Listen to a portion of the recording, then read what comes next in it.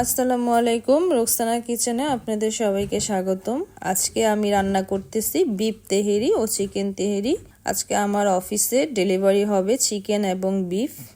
আমি বলতে ভুলে গেছি, আমার একটা ছোটখাটো ক্যাটারিং বিজনেস আছে যেখানে আমি খাবার ডেলিভারি দেই। এমজেড মিডিয়া আমার খাবার প্রতিদিন যাচ্ছে, আলহামদুলিল্লাহ সবাই ভালো রিভিউ দিচ্ছে। তো আমি আজকে চিকেন আর বিফ তেহেরির রেসিপিটা সম্পূর্ণ করতেছি। যদি আপনাদের ভালো লাগে তাহলে আমার সাথে থাকেন।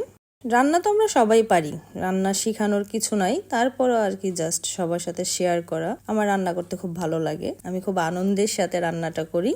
এই তো শুরু করতেছি। প্রথমে একটা পাতিলা বসায় দিলাম, তার মধ্যে আমি দিয়ে দিলাম তেল, পেঁয়াজ, তারপরে আমি গরম মশলা দিয়ে দিব, তেজপাতা, দারচিনি, এলাচ। আর আগেই আমি চালটা ধুয়ে রাখছিলাম, সেটার মধ্যে আমি কিছু কাঁচামরিচ আর লবণ অ্যাড করব। পেঁয়াজটা যখন বাদামি রং হয়ে যাবে তখন আমি দিয়ে দিব সামান্য আদা রসুন বাটা। এরপরে আমি দিয়ে দিব একটু ঘি। অনেকে ঘি শেষে দেন, আবার অনেকে ঘি মাঝখানেও দেন, কিন্তু আমি শুরুতেই দিয়ে দেই, কারণ আমার ঘিয়ের স্মেলটা বেশি একটা ভালো লাগে না, যার কারণে আমি বাদামি রং যখন হয়ে আসে তখনই আমি ঘিটা অ্যাড করি। এরপরে আমি দিয়ে দিব চালটা দিয়ে কিছুক্ষণ ভাজার পরে আমি পরিমাপ করে রাখা পানিটা দিয়ে দিব। এরপরে পানিটা শুকাই গেলে আমি এটাকে দমে রেখে দিব। দম দেওয়া হয়ে গেলে আমি এটাকে নামাই ফেলবো। হয়ে গেছে আমার এক পাতিলা পোলাও। এখন আমি আবার আমার সেকেন্ড পাতিলা পোলাওটা বসাই দিব। প্রথমে আমি একটা পাতিলা বসাই দিচ্ছি, তারপরে দিচ্ছি তেল, এরপরে দিচ্ছি পেঁয়াজ, তারপরে দিচ্ছি আমি আপনার এলাচ, লং, দারচিনি, তেজপাতা। সে আগের মতোই সবকিছু। পেঁয়াজ বাদামি রং হয়ে গেলে আমি দিয়ে দিব কিছু আদা রসুন বাটা। এরপর আমি দিয়ে দিব 2 চামচ ঘি। তারপরে আমি দিয়ে দিচ্ছি আবার চাল দিয়ে কিছুক্ষণ নাড়ানোর পরে আমি আবার পরিমাপ মতো পানি দিয়ে দিচ্ছি। এটা হচ্ছে চাল যতটুকু ততটুকু পরিমাপ পানি, এটা আমরা সবাই জানি।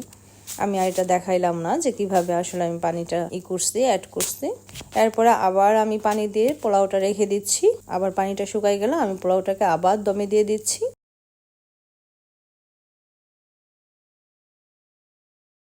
প্রথম পাতিলার পোলাওটা ঢেলে তার সাথে আমি গরুর মাংসটা রান্না করে রাখা অ্যাড করে দিচ্ছি। আমি আসলে এভাবেই বিরিয়ানিটা রান্না করি ঘরোয়া এবং অফিসের জন্য। তো আমার এখন গরু মাংসর তেহেরিটা মিলানো শেষ হয়ে গেছে। এখন আমি আবার চিকেনটাও সেম একইভাবেই, আমি চিকেনটাও আগে করে রাখি, সেটাও সেম একইভাবে আমি পোলাওর সাথে অ্যাড করে দিচ্ছি। হয়ে গেল আমার 2টা রান্নাই কমপ্লিট। এখন আমি এগুলাকে বক্সিং করব। প্রথমে আমি চিকেন বিরিয়ানিটা বক্স করতেছি, আর বক্সিং এর সময় আমি 2 টুকরা শসা আর 1 পিস লেবু দেই। এভাবে আমার প্রতিদিনের খাবারগুলা বক্সিং হয়।